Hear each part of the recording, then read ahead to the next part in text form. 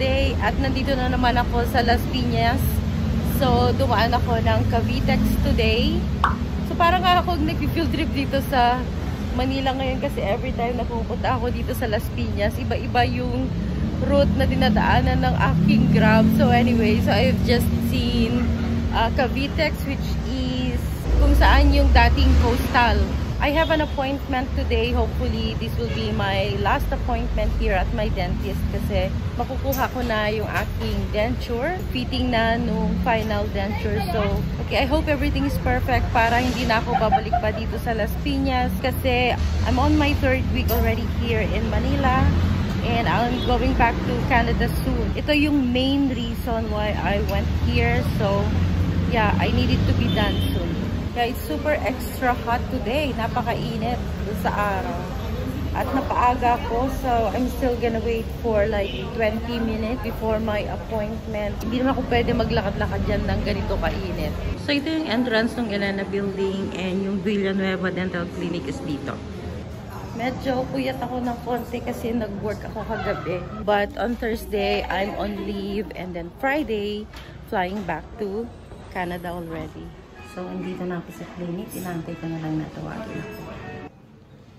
1 hour later. Okay, so I'm done. Na-fit na yung bagong denture ko. I'm more confident now. I feel better kasi yung teeth ko naayos na yung dapat malinis and everything. So, happy naman ako sa gawa ng aking dentist. And thank you so much, Dr. Luz Villanueva. Thank you so much. So, in case na may problem pa, I still have 2 days para i-fix ni Doktora yung aking bite or yung fitting. Ngayon, susuot ko na siya. Sabi niya, i-test ko, ikain ko. Okay, so after this appointment, I'm going to Makati. Okay, so nandito na ako sa SM Makati. Sabi ko, magbabas ako. But I ended up taking the Grab. Kasi paano standing. So, anyways, dito ako ngayon sa Glorieta 4. Kasi ang tinatarget kong kainan ng lunch ay Rico's Lechon. Ayun, nakikita ko na siya. So, ito na siya. I'll check kung may makakain ako. So, ayan o. Regular lechon, 400.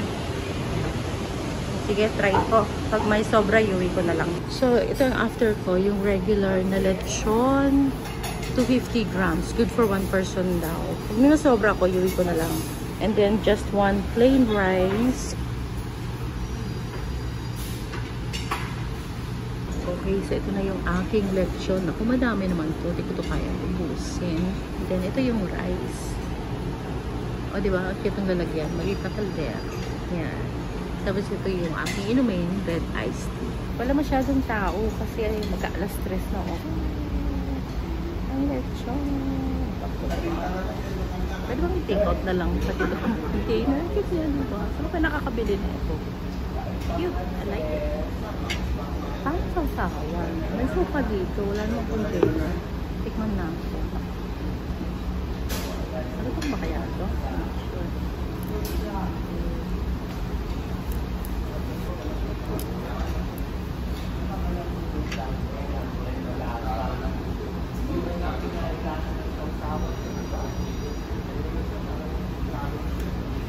Hindi siya ganun kalutong. Wala stress na. So, maybe it's been sitting there. Pero malasa. Oh, so this one malutong. This one malutong. Nanghingi ako ng ano. Kasi hindi sila nagbigay ng lalagyan ng sausawan. Tsaka walang sarsa. Nagtanong din ako kung meron. Mukhang walang sarsa. So, palang binigay.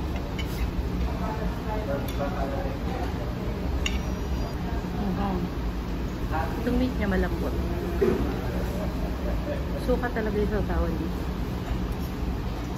Actually, malasa naman yung lechon ng Rico's, no? But it looks like I came in at the wrong time. Hapon na, alas 3 na. Maybe the best time to come here is like in the morning or lunchtime, maybe 11:30, 12 o'clock.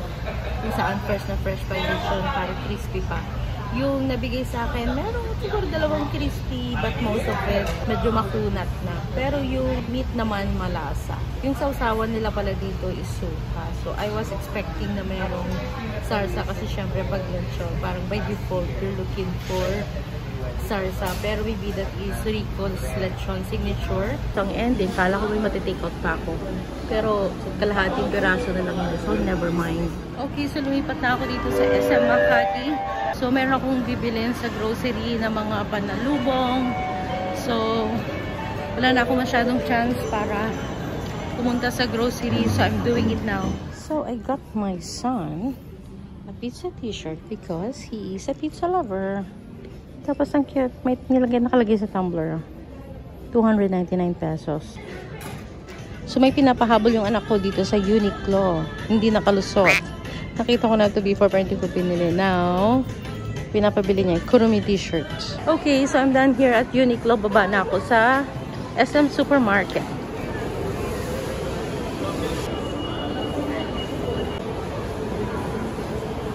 So, nandito ako sa Watsons. Bili lang ako ng mga gamot.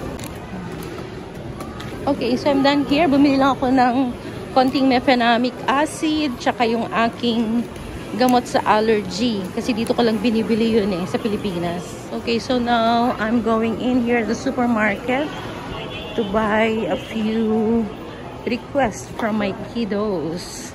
Ito, gusto kong bumili nito dahil ko sa Canada. This is a bacon spread. Sarap ng mga to. Sakay ng coffee candy. Then, dalawa nitong shampoo na to. 231 ang isa. See? Parang pumapatok na $5 lang ang laki nito. Ilang ml to? This is 1,000 ml.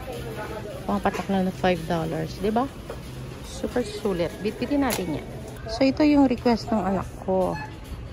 Pillows. Ito. Minsan-minsan nabibilihan namin to sa Canada. Gusto kaya niya to? Tingin ko yung maliliit. Oh, ito kasado. Ikahanan ko siya neto. Tapos, ikahanan ko din siya ng malaki. Minsan, pag binuksan niya to, isang bukasan Pero this mura. More than $1 lang. So, get him one for this. Maybe another one of this. Parang hindi masanang bukas. Look here, yung paborito nating palm corned beef. Nandito na sa SM. Yung malaki is 277. And then, meron silang size na ganito. Yung maliit, which is 212. So, $5. Diba? Mahal. Mahal yung palm corned beef dito. Pero, meron silang variety. Look, This is, ito, premium, gold label. The other was onion flavor. Meron pang, barbecue. And then, hash. And then, I'm getting some delata. Pang breakfast and lunch namin bukas. Try nga natin tong sizzling sisig ng Pure Foods. Okay, so I just checked the requirements of bringing milk in the US. So, allowed naman ang dry milk in a form of powder for as long as for personal consumption. Parang gusto ko tatlo. Dami ba masyado yung tatlo? Isa na lang. Ay, let's make it 96 pesos lang naman. Let's make it 3. Okay, so I think I'm good. Pipila na ako dito sa bayaran.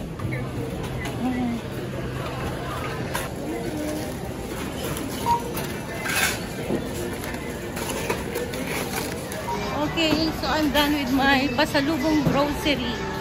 So, ang last na lang na pasalubong na bibilin ko will be yung request ng dalaga ko na Max's caramel bar. So, bibilin ko na lang yon maybe the day before my flight.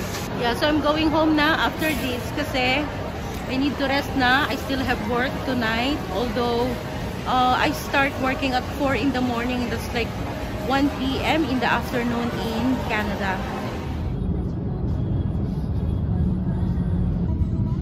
Grabe talagang traffic pagka nag-alas 5 na. Malapit na mag-alas 5. Dito kami pumasok sa may Villamar Air Base.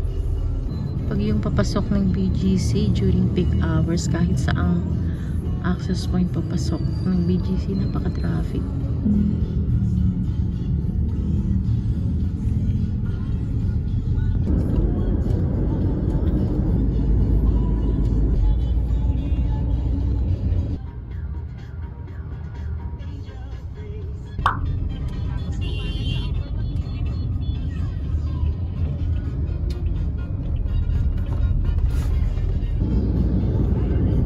So I'm going to end now the vlog here. Thank you so much for watching.